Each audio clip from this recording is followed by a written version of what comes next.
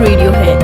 नमस्कार, आप सुन रहे हैं दस्तक टाइम्स का 5 मिनट का न्यूज बुलेटिन दस्तक अब तक। मैं हूं प्रियंका। शाम 5 बजे की बड़ी खबरों के साथ। आम आदमी पार्टी और भारतीय जनता पार्टी के बाद अब कांग्रेस ने भी दिल्ली विधानसभा चुनाव के लिए अपना घोषणा पत्र जारी कर दिया है। कांग्रेस के चुनाव घोषणा पत्र में LGBTQ कम्युनिटी से लेकर दलित और यमुना नदी तक कई वादे किए गए हैं। कांग्रेस ने यमुना नदी को साफ करने का एक्शन प्लान भी अपने चुनाव घोषणा पत्र में बताया है। ग्रैंड ओल्ड पार्टी ने दिल्ली चुनाव में जीतकर सत्ता में आने पर दिल्ली में 100 इंदिरा कैंटीन शुरू करने का वादा किया है। कैंटीन इंदिरा से 5 रुपए में खाना दिया जाएगा। डोनाल्ड ट्रंप के आदेश के कारण अमेरिका की तरफ से दुनिया के देशों को विकास कार्यों के लिए दी जाने वाली मदद रुक गई है। भारत के पड़ोसी देश पाकिस्तान, बांग्लादेश और नेपाल अमेरिकी मदद पर ही निर्भर हैं और मदद रुकने से इन देशों को बड़ा झटका लगा है। महाकुंभ भगदड़ पर पीएम मोदी ने ट्वीट किया है। उन्होंने कहा, प्रयागराज महाकुंभ में हुआ हादसा अत्यंत दुखद है। इसमें जिन श्रद्धालुओं ने अपने परिजनों को खोया है उनके प्रति मेरी गहरी संवेदनाएं। इसके साथ ही मैं सभी घायलों के शीघ्र स्वस्थ होने की कामना करता हूं। स्थानीय प्रशासन पीड़ितों की हर संभव मदद में जुटा हुआ है। इस सिलसिले में मैंने मुख्यमंत्री योगी जी से बात की है और मैं लगातार राज्य सरकार के संपर्क में हूँ। सुप्रीम कोर्ट ने बुधवार को 3 तलाक कानून के विरोध में दायर याचिकाओं पर सुनवाई की। सुप्रीम कोर्ट ने केंद्र सरकार को निर्देश दिए कि मुस्लिम महिला अधिनियम का उल्लंघन करके जीवन साथी को 3 तलाक देने वाले पुरुषों के खिलाफ दर्ज FIR और आरोप पत्रों की संख्या की जानकारी दी जाए।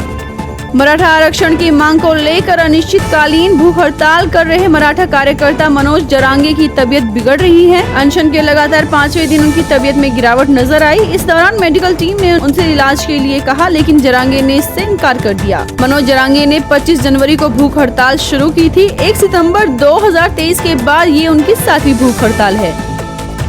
एक महत्वपूर्ण फैसले में सुप्रीम कोर्ट ने बुधवार को कहा कि PG मेडिकल सीटों में अधिवास आधारित आरक्षण को कतई स्वीकार नहीं किया जा सकता। जस्टिस ऋषिकेश रॉय, जस्टिस सुधांशु धुलिया और जस्टिस SVN भट्टी की पीठ ने अपने फैसले में कहा है, PG मेडिकल पाठ्यक्रमों में अधिवास आधारित आरक्षण स्पष्ट रूप से संविधान के अनुच्छेद 14 का उल्लंघन है। कांग्रेस की सहयोगी पार्टी इंडियन यूनियन मुस्लिम लीग ने राज्य महासचिव PMA सलाम का महिला पुरुष को लेकर एक विवादित बयान सामने आया है। उन्होंने कहा है कि महिला और पुरुष समान नहीं है और जो कोई भी ऐसा मानते हैं वो बिल्कुल वैसा ही है कि हम अंधकार खत्म करने के लिए अपनी आंखें बंद कर लेते हैं।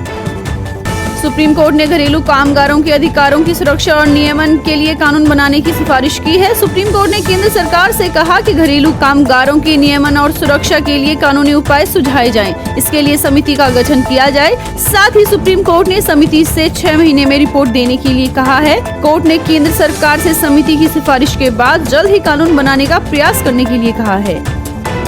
नवी मुंबई के रेलवे स्टेशन में एक 12 साल की लड़की लावारिस अवस्था में मिली। बाद में जांच में मालूम चला कि लड़की से दुष्कर्म किया गया है। पुलिस ने बुधवार को इसकी जानकारी दी।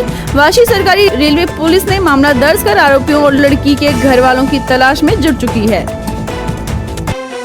दिल्ली की एक जनसभा को संबोधित करते हुए पीएम मोदी ने कहा, यहाँ एक दृश्य दिल्ली के मूड को दर्शाता है। ये दिल्ली के लोगों के जनादेश को दर्शाता है। दिल्ली कह रही है कि अब आपदा के बहाने नहीं चलेंगे, आपदा के झूठे वादे नहीं चलेंगे।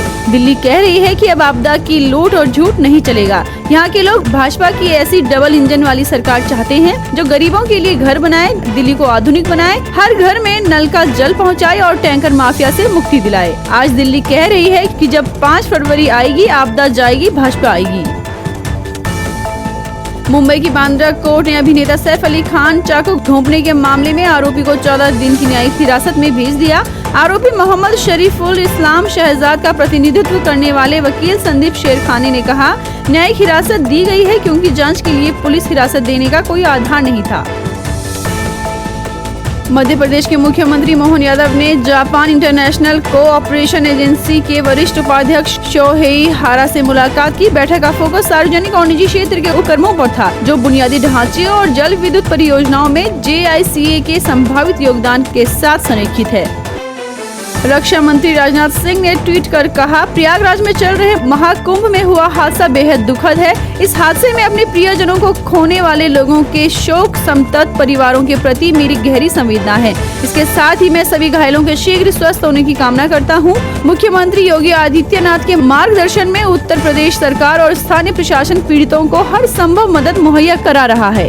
तो ये थी शाम 5 बजे तक की खास खबरें। और भी ऐसी खास खबरों को जानने के लिए सुनते रहें दस्तक रेडियो।